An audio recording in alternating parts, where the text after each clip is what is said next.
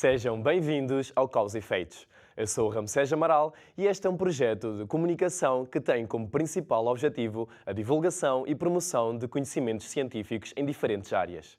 Nesta edição, vamos falar sobre as cidades de areia e os impactos do colonialismo na criação de uma identidade própria por parte dos países colonizados.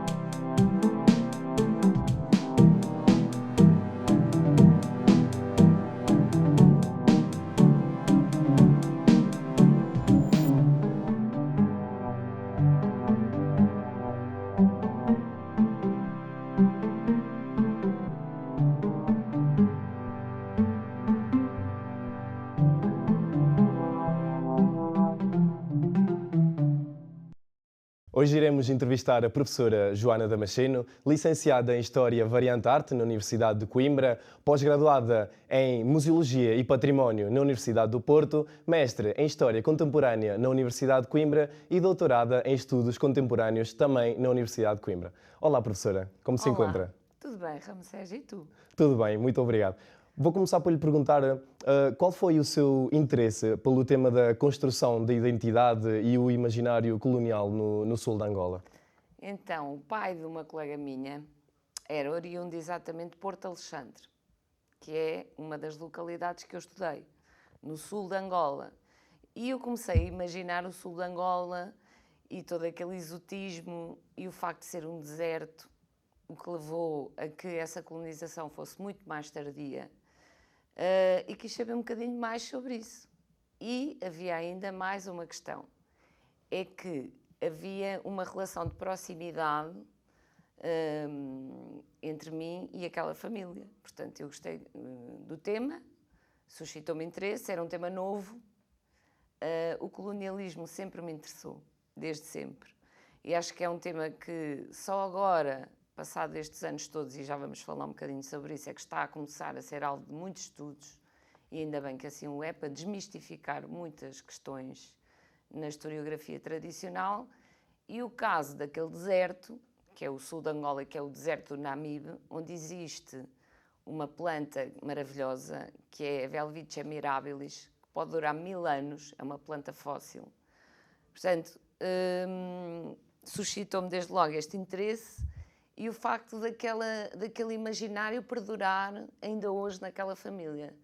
E depois comecei a perceber que esse imaginário se alargava a outras famílias. Portanto, não estava só naquela família, mas em todas as outras que se dirigiram para aquelas localidades em especial, mas aquelas são só um exemplo.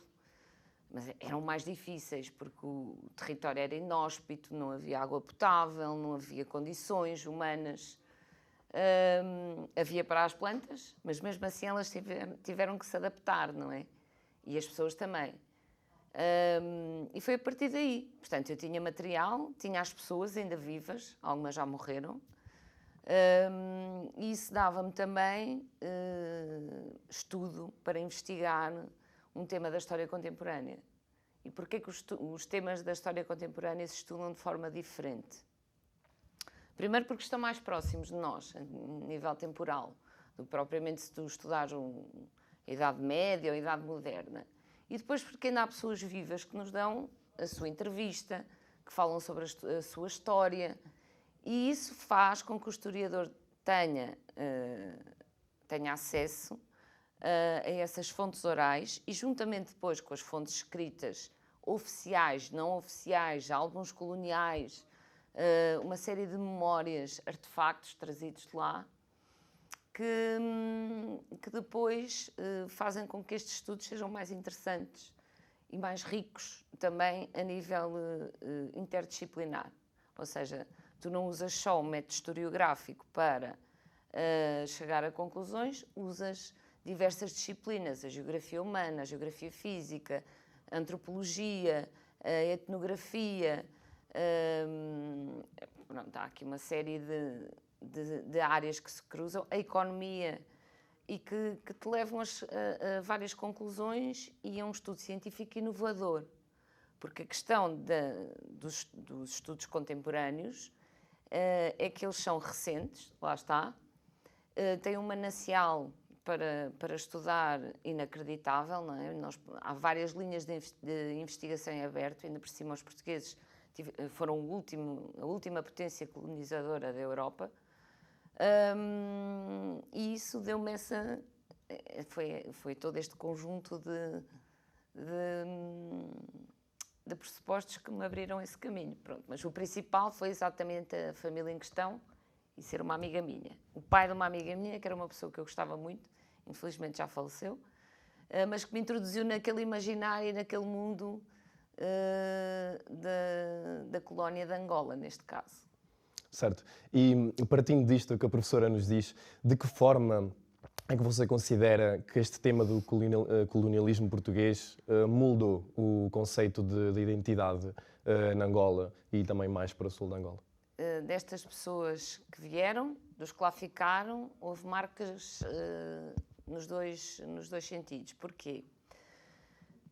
O colonialismo em Angola é diferente obviamente, todas as colónias têm o seu tipo de efetivação, de concretização, mas neste caso Angola foi vista como um Eldorado, né? Portanto, era rica em petróleo, em diamantes, tinha terras férteis, tinha fazendas enormes, imensas, e neste sentido, os que foram mais tardiamente do que aquilo que nós imaginamos, porque a África, ao início, foi colonizada apenas na sua faixa litoral.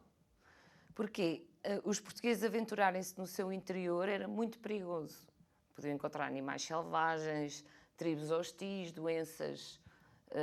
doenças incuráveis, aos quais eles não estavam habituados, para os brancos, e, portanto, eles limitavam-se sempre, principalmente à escravatura negra, ao comércio da escravatura negra, e não se aventuravam no seu interior. Então, neste caso, quando os portugueses efetivamente começam a colonizar estes territórios, já é com objetivos muito específicos. Portanto, reparem, só para vos exemplificar, as fronteiras de Angola são definidas nas vésperas da Primeira Guerra Mundial, porque todas as potências europeias criam o seu quinhão em África, mas especialmente em Angola. E depois havia territórios que não eram habitados, não eram habitáveis, humanamente impossíveis de habitar. É o caso do sul de Angola. E estas pessoas realmente sofreram ao ir e ao tentar esta busca de uma vida melhor, melhores condições de vida, mas também em busca de algo aventureiro, digamos assim. E neste caso específico de Angola, havia uma ligação muito estreita entre as comunidades. Porquê? Eles sobreviviam todos juntos. Era impossível sobreviver. Uma família era impossível sobreviver. Portanto, é assim que as primeiras colónias que se fixaram lá desapareceram quase todas. Portanto, elas morreram. Porque não tinha, lá está, devido às doenças, já há falta de condições, já há falta de água potável. Também temos que referir que o Brasil tinha-se tornado independente em 1822 e, a partir daí, a África passa a ser o grande foco da colonização portuguesa, que esteve sempre ligada à identidade portuguesa.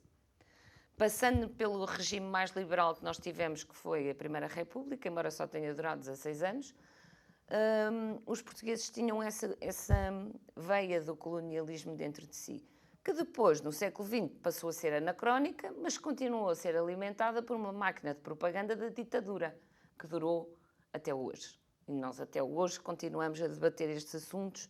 É uma ferida que ainda está aberta em Portugal, entre os portugueses, entre aqueles que vieram, entre aqueles que foram, entre aqueles que voltaram.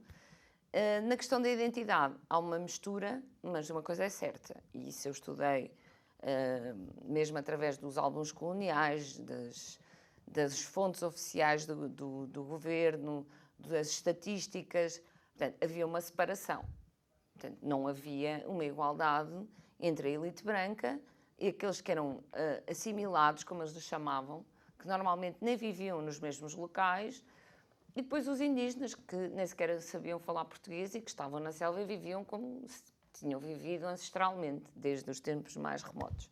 Portanto, nesses povos, a marca portuguesa não foi muito positiva. Aliás, não foi nada positiva, porque houve uma cultura que chegou e que se impôs. Entre esta comunidade é diferente. Eles uniram-se como uma família com o objetivo principal de sobreviverem. E por isso eles até hoje mantêm contacto. Eles até hoje marcam encontros. Eles até hoje festejam duas cidades que deixaram de existir. É Porto Alexandre e Moçambique. Hoje têm outros nomes. Porque os símbolos da colonização foram tão bons, ironicamente falando, que foram quase todos destruídos. Portanto, esta identidade, se nós perguntarmos a um angolano, aliás, a um português que tenha nascido em Angola no tempo da ditadura, se ele é português, ele diz imediatamente que é angolano. Ele não é português. Muitos deles vieram para Portugal fugir depois com a descolonização, que era algo que se podia ter evitado, mas isso levar-nos-ia a outra conversa. Pronto. Mas quase todos dizem, aliás, todos os que eu entrevistei, consideram-se angolanos de alma, de emoção, de sentimento, portanto, não se revêem como portugueses. Certo, e agora passando um bocadinho por esta última parte que a professora referiu e partindo um bocado da atualidade deste tema, na sua opinião, como é que você considera que atualmente conseguimos ver estas memórias da identidade e do colonialismo na Angola? Qual é a atualidade? No caso específico de Angola. Exato. É assim, o que eu acho, já dei essa opinião, é que há ainda uma ferida latente porque existiram 13 anos de guerra colonial, que existiram por imposição também da ditadura, e foi o cansaço dessa guerra que levou ao 25 de Abril. Não se esqueçam disso. Não foi o facto de termos um Estado forte, que aliás está muito em voga atualmente e que é um sério problema à nossa construção a nível da cidadania. Atenção.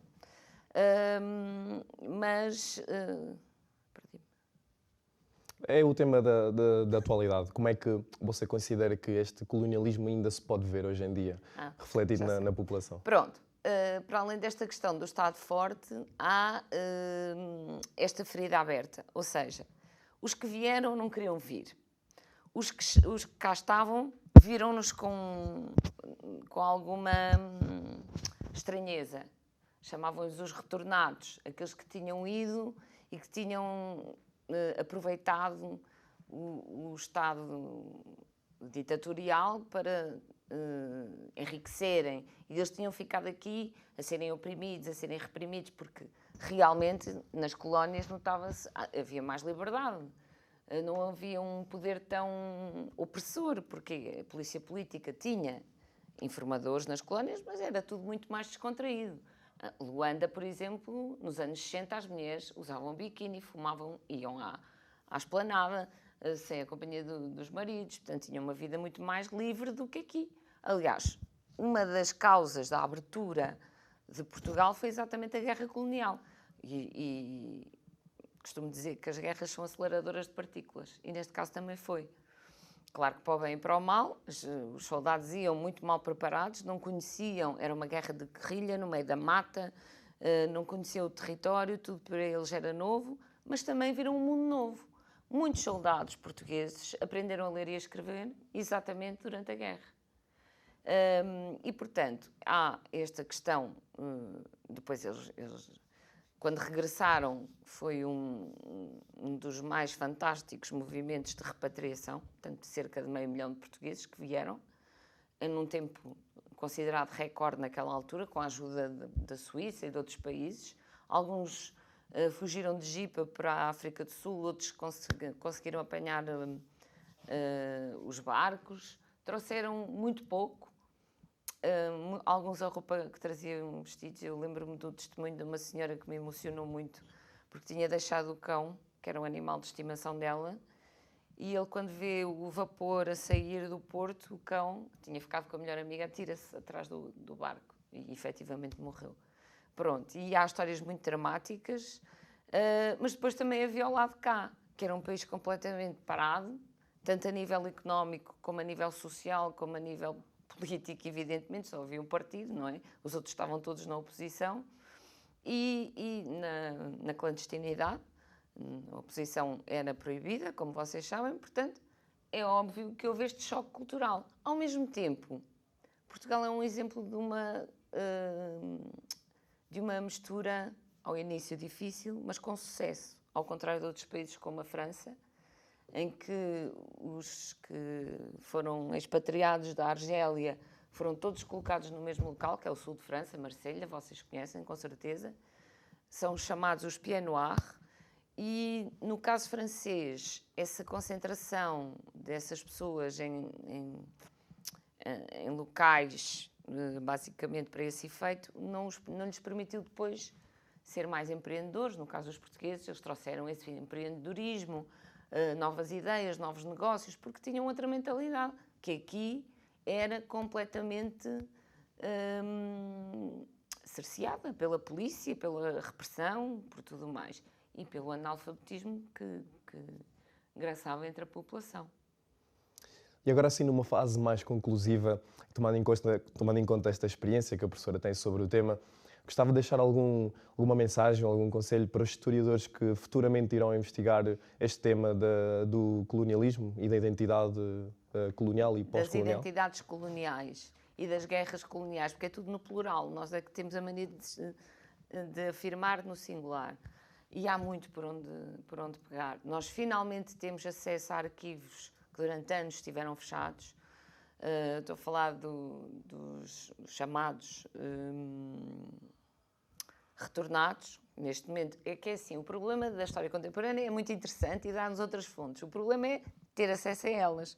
Imaginem, nós para termos acesso a um processo de PIDE, temos que ir ver se a pessoa que foi, de alguma forma, perseguida, identificada, presa, ainda está viva. Se estiver viva, temos de ter autorização dessa pessoa para ir ver o... Agora, cada vez vão morrendo mais as pessoas, não é normal, mas temos de ter autorização da pessoa, então levarmos o atestado de óbito e dizermos exatamente para que é que precisamos daquela documentação. Claro que estamos a mexer com emoções, com a vida das pessoas, com algo que as marcou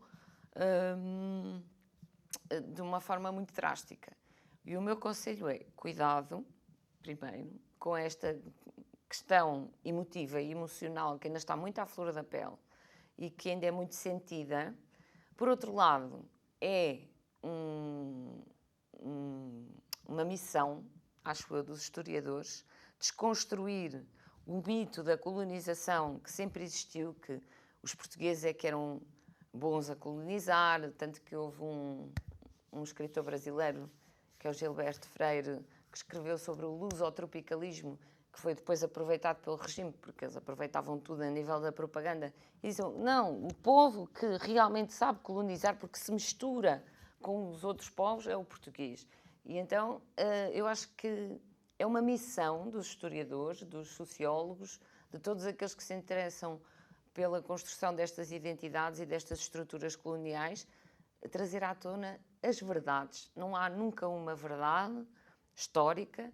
A história é uma ciência em aberto, estão sempre a aparecer novos documentos, novas fontes históricas, novas realidades que nós até à data desconhecíamos e, portanto, acho que é uma missão de grande valor trazer estas histórias de vida, trazer estes contextos, perceberem os que vieram de lá, muitas vezes também não tinham noção do que é que se passava, porque eles estavam protegidos. Imaginem, em Luanda, que eu estava a falar. Em Luanda era só uma população branca que vivia.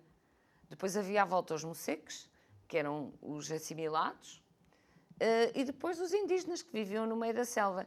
E a guerra?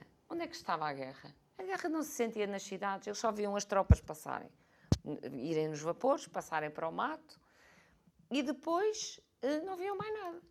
Quem sentiu a guerra foram os militares, e foram eles que fizeram o 25 de Abril. Por algum motivo isso aconteceu também, por esse cansaço, por uma guerra que eles perceberam no terreno que estava perdida. E não se esqueçam mais uma vez que Portugal foi o último país a descolonizar. No final da Segunda Guerra, estamos a falar de 45, quase todas as potências europeias descolonizam, menos Portugal. Portugal é o último país. Portanto, era algo que era já anacrónico, ou seja, estava fora do tempo, estava fora do espaço, não fazia sentido. Claro, vocês agora podem perguntar, mas professora, não continua a existir o neocolonialismo? Continua. Ele existe em várias formas, em variantes contextos, em variados contextos, e não é nada benéfico também, porque mesmo esses países que depois ficaram sem a elite branca, que de alguma forma os dominava, mas que também, de alguma forma também, lhes trazia alguma estrutura burocrática que eles não tinham, quando saíram, caíram em guerras civis, não é?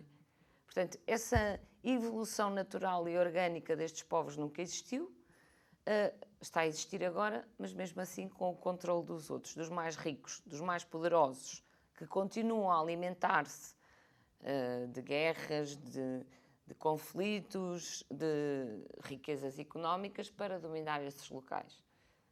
E depois dominam-nos através da política e da economia. Portanto, não há uma ocupação efetiva dos territórios, mas há uma dominação de outro género. E isso é perigoso e não devia acontecer já, mas é o que acontece neste momento na realidade geopolítica em que vivemos.